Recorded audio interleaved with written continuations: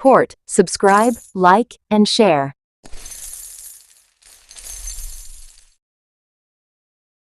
ஒரு அடர்ந்த காட்டில் குட்டி குரங்கு ஒன்று இருந்தது. அதன் பெயர் குட்டி. குட்டிக்கு வாழைப்பழங்கள் என்றால் உயிர். தினமும் காலையில் எழுந்து மரத்திற்கு மரம் தாவி வாழைப்பழங்களை தேடும். ஆனால் சில சமயம் நல்ல வாழைப்பழம் கிடைக்காது.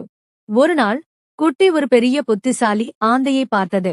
தாத்தா, இங்கே மிக இனிமையான வாழைப்பழம் எங்கே கிடைக்கும் என்று கேட்டது.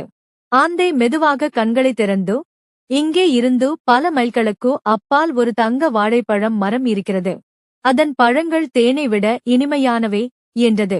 குட்டிக்கு ஒரே ஆச்சரியம். உடனே தங்க வாழைப்பழத்தை தேடி புறப்பட்டது. வழியில் அது ஒரு அணிலை பார்த்தது. நண்பா, தங்க வாழைப்பழம் மரத்திற்கு போய்க் கொண்டிருக்கிறேன். நீயும் வருகிறாயா என்று கேட்டது. அணில், எனக்கு பசிக்கிறது. ஏதாவது ஒரு வாழைப்பழம் கொடு, நான் உனக்கு வழிகாட்டுகிறேன் என்றது. குட்டி தன்னுடைய பையில் இருந்த சாதாரண வாழைப்பழத்தை பார்த்து, இல்லே, நான் அதை கொடுக்க மாட்டேன். அது என் தங்க வாழைப்பழ பயணத்திற்கு உதவும் என்று சொல்லிவிட்டு முன்னேறியது.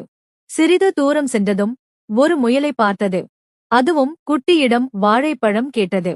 குட்டி முயலுக்கும் வாழைப்பழம் கொடுக்க மறுத்தது. கடைசியாக குட்டி தங்க வாழைப்பழம் மரத்தை கண்டுபிடித்தது. அந்த மரம் பளபளவென்று மின்னி, அதில் தங்க நிறத்தில் ஒரு பெரிய வாழைப்பழம் தொங்கிக் கொண்டிருந்தது. குட்டி அதை பிடுங்கி ஆவலுடன் ஒரு கடி கடித்தது. ஆனால் அது சாதாரண வாழைப்பழத்தைப் போல சுவையாக இல்லை. அதற்கு எந்த சுவையும் இல்லை. குட்டிக்கு மிகவும் சோகம் ஏற்பட்டது. நான் இவ்வளவு தூரம் வந்ததோ இந்த சுவை இல்லாத பழத்துக்காகவா என்று யோசித்தது. அப்போதுதான் அதற்கு ஒரு உண்மை புரிந்தது. மற்றவர்களுக்கு உதவ மறுத்ததால் அது தனியாகச் சாப்பிடுகிறது. அதன் தனிமை அந்த தங்க வாழைப்பழத்தின் சுவையை குறைத்துவிட்டது. உடனே குட்டி காட்டை நோக்கி திரும்பி ஓடியது. வழியில் அணிலையும் முயலையும் பார்த்து, நண்பர்களே, என் தவறை உணர்ந்து கொண்டேன். வாருங்கள், இந்த வாழைப்பழங்களை நாம் அனைவரும் பகிர்ந்து உண்போம் என்றது.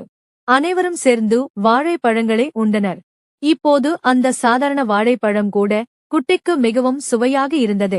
குட்டி சிரித்துக்கொண்டே, பகிர்ந்து உண்பதில் இருக்கும் சந்தோஷம்தான் உலகில் மிகவும் சுவையான விஷயம் என்றது. அன்று முதல் குட்டி யாருக்கும் வாழைப்பழம் கொடுக்க மறுக்கவில்லை.